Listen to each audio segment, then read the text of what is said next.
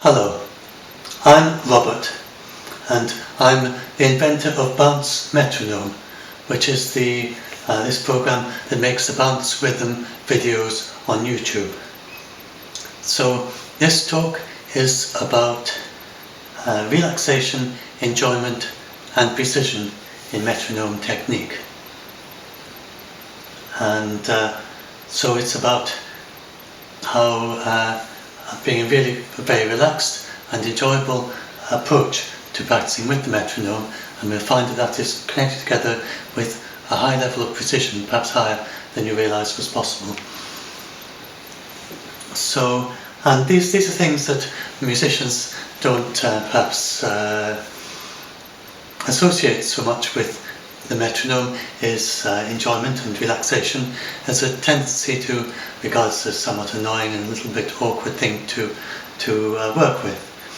So I'm going to show you how that is a matter of the technique. So if you can approach it with the right technique, then it becomes a very relaxing and easy tool to use. And again, musicians don't often think maybe of metronome as having technique, but there's quite a lot of technique to it, involved in it.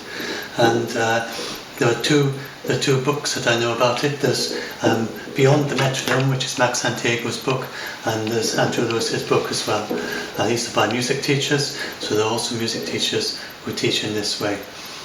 And where I'm coming at this myself is that as the programmer of Bounce Metronome, one of my main focuses has been on this relaxation and enjoyment, and it's about so the musician can engage with the program in this relaxed and enjoyable fashion, and also focus on precision. So coming from the music software's point of view, developer's point of view, maybe I could say a few interesting things here. So there's no way that I'm going to be describing the whole technique to you at all, because it's very extensive, and I'm not a music teacher either. I'm here to help you to get off to a good start. And as far as I know, this is the first YouTube video on the subject, so although there are these books and web pages about it, there's I don't know of any other videos yet on YouTube, or for that matter on the internet, although I understand that Andrew Lewis is, who wrote one of these metronome books, he's planning to put up some videos as well. So the foundation of this technique, so that's what I'm going to be talking a bit about in a very relaxed, enjoyable fashion. So the precision and the relaxation go together, and the very first thing that we want to be able to do with the metronome is to play precisely in time with it, because that's how you get the precision. And that means playing exactly in the pocket, and perhaps more exactly in the pocket than you realised was possible with the metronome click. So we need to understand what it means, what it sounds like to play in the pocket, and what the problems are, why it is this awkward, what it is that makes it a little bit annoying and awkward to play with. So we'll start with that first, and we'll find a way to turn that around. So we'll set the metronome clicking away. Then first thing you notice is, now if I hit exactly in the click like I did just then, then notice how the metronome click vanishes when you're precisely in time with it. There. Now as I drift further away from the click, then you gradually hear the metronome click comes out more clearly. The metronome didn't literally vanish. I mean, I have this possibility to stop it in Bounce Metronome, but I didn't do that. It was playing continuously all the way through. So I didn't silence it. It was just an illusion. So that's when the metronome click vanishes, then that's when you're most precisely in time, and that's when you least hear it. And the further away you are from the click, the more precisely you can hear the click.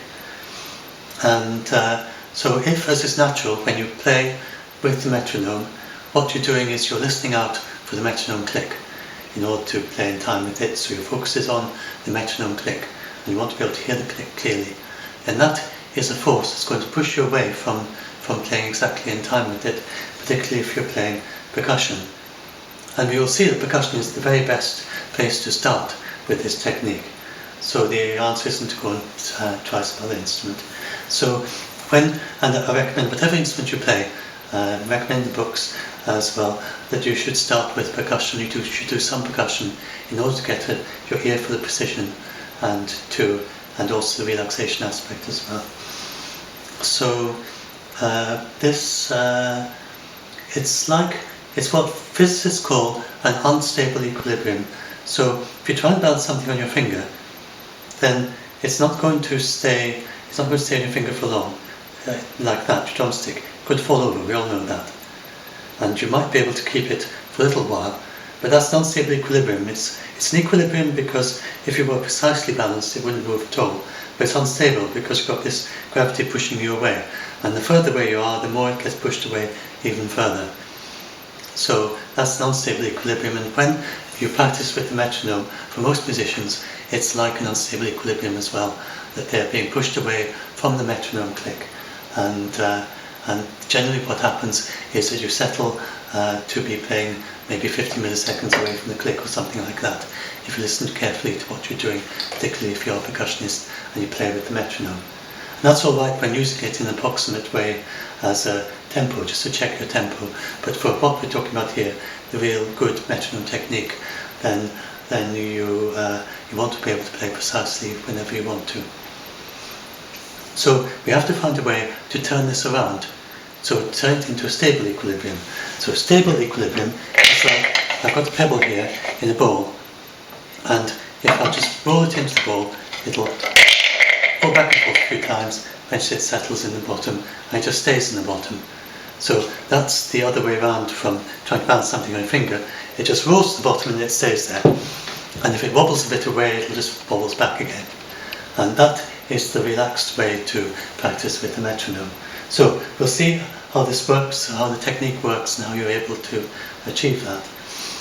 So as we saw, if you're listening out for the click, that's pushing you away.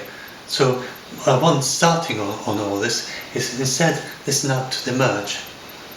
The metronome didn't literally vanish. It was just an illusion. It's like a magician's illusion. It didn't literally vanish when I was in time with it.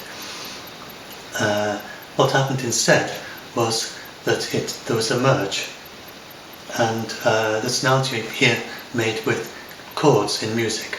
When you have two notes, you play two notes together, you get a chord, and you have the harmonies, something extra comes on top of the two notes, and it's not in any of the other notes individually. In terms of psychoacoustics as well, there's a whole lot of stuff that you get when you have two notes together that you don't have in either of them individually. And in the same way, in orchestration, if you have like the flute and the oboe, a common orchestral doubling, then if you play those two together exactly the same notes, and they play together, then you get the sound of the flute oboe coming out of it. It's almost like a third instrument, a new instrument, it's a new texture. And you have all these different combinations of musical instruments that are used in orchestral colour, different combinations, such as, for instance, the flute and the oboe. So when we are playing with the metronome, we are trying to achieve something like that you have the metronome click and you have your tap, and then you have the two together merging to make a new sound. So that is, to start with, is something to listen out for. So you hear, that's the sound of the metronome. It's a stick hit sound, actually. And then this is the sound that I'm making. Such a different sound. Now if I play the two together, and then if I sound the metronome, this is my sound. Let's do it like that. Let's do it together, and then that's metronome click on its own. So that's listening out for the merging of the two sounds. Now that by itself isn't really enough. That's just the first indication. That's like showing you where you're headed for. But we need technique in order to achieve that at least more than once or twice, to be able to continuously, and the key is to do it without any effort or tension.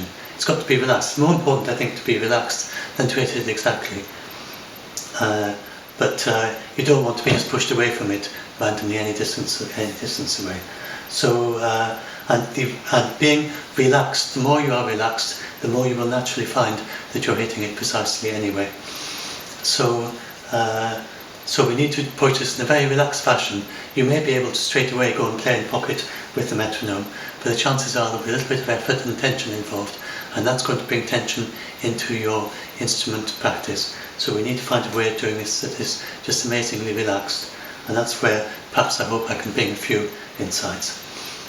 And so that's what I'm going to start talking about in the next. I'm going to try this make this very short video segments, because it's YouTube, it works better that way. And so at the end of this, I'm going to give you a little exercise you can play, you can do straight away, which is to help with relaxation, and it's to help you to reboot. It's like, either if you're a beginner, you're starting for the first time with the metronome, then this is a good way to get started because it's very relaxed. If you have practiced the metronome a lot and you have found a little bit of tension or just awkwardness, or just finding the metronome a bit annoying that's crept into your practice, then this is a good way to reboot and get to a fresh start. So it's a very simple exercise, very, very simple, and the focus is on how relaxing it is. So what you do, you just set the metronome clicking away, and you just got to roughly alternate with it. And it's important you're not trying to do it precisely, you're not trying to bisect the beat. That's another possible exercise you do later on as part of metronome technique, but that's not what we're doing here. So you're just alternating roughly, approximately way with the metronome, and don't matter if you drift a bit, and even if you find yourself going, and obviously you might not even hit the beat, that doesn't really matter, but most of the time you're in the middle.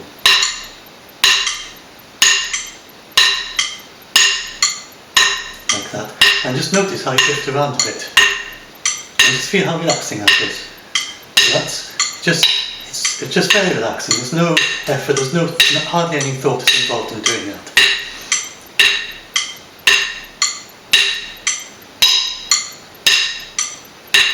So that's a very simple exercise, and that's to help you bring relaxation into your metronome technique. And then just one more thing I'll say in this first video segment. What I want to say is that is talk about rhythm and how rhythm enters into the metronome practice. And the thing is that rhythm is something that is natural to human beings, and it comes naturally in music as well. So if you look around the world, many fine cultures with really wonderful sense of rhythm. So just to mention a few, African drumming, gamelan music, and flamenco music, to mention a few. And very different styles of rhythm, and wonderful sense of rhythm, and that doesn't require metronome. These people don't have metronomes. Of course, metronome was only invented in this, I think, second decade of the 19th century anyway. And rhythm is also part of our life, so it's like your heartbeat and your walking and your breathing. These are all rhythms, even the rhythm of day and night. We're just surrounded by rhythms, and the rhythms are part of us as well. Some people are rhythm blind. They find it very difficult, and I think that you don't find that they are unable to walk or anything like that. It's just that for some reason they find it difficult to bring the rhythm from their everyday life into music. But the rhythm itself is natural to human beings, and you're not learning rhythm from the metronome. The rhythm is something you have in yourself, and you are bringing that to the music. And but what the metronome does, I think the metronome really doesn't help at all with rhythm. But what the metronome does help with is it helps with precision of timing. So that's something that humans isn't so natural to humans. We know how time sometimes seems to pass more slowly and sometimes to pass more quickly, and we don't seem to have a very precise sense of time naturally. And the metronome never gets influenced by such things, and it always has this exact, clear sense of time. So that's the main thing that we get from the metronome, not rhythm, but time, and exact sense of time. And so that was the other thing. I think that's quite important to realise straight away when you're practicing with the metronome, and to realise how fluid human rhythms can be. And we will discover later on that our rhythms go back and forth with respect to the metronome, and we're not always going to be hitting the metronome exactly. But to get started, in order to access the precision of the metronome, that's why I start, it's a good place to start, is to start perhaps discovering how to play precisely in time with the metronome in a relaxed and easy fashion. So that's what we are going on to next, the actual technique to do that. So, and thanks for listening. And just to say, if you're new here, this is the Robert Inventor channel. If you watch this on YouTube, you'll find lots of rhythm videos by Bounce Metronome on this channel, and I say the other ones in this metronome technique, I'll make them into a playlist. I'll put the next video into a link down below. And don't forget the like button if you do like it, to tell other musicians about it, and the comments. I'm really interested in your comments. So, on to the next video, so I'll just stop this one, and then we can go on to the technique itself in the next video.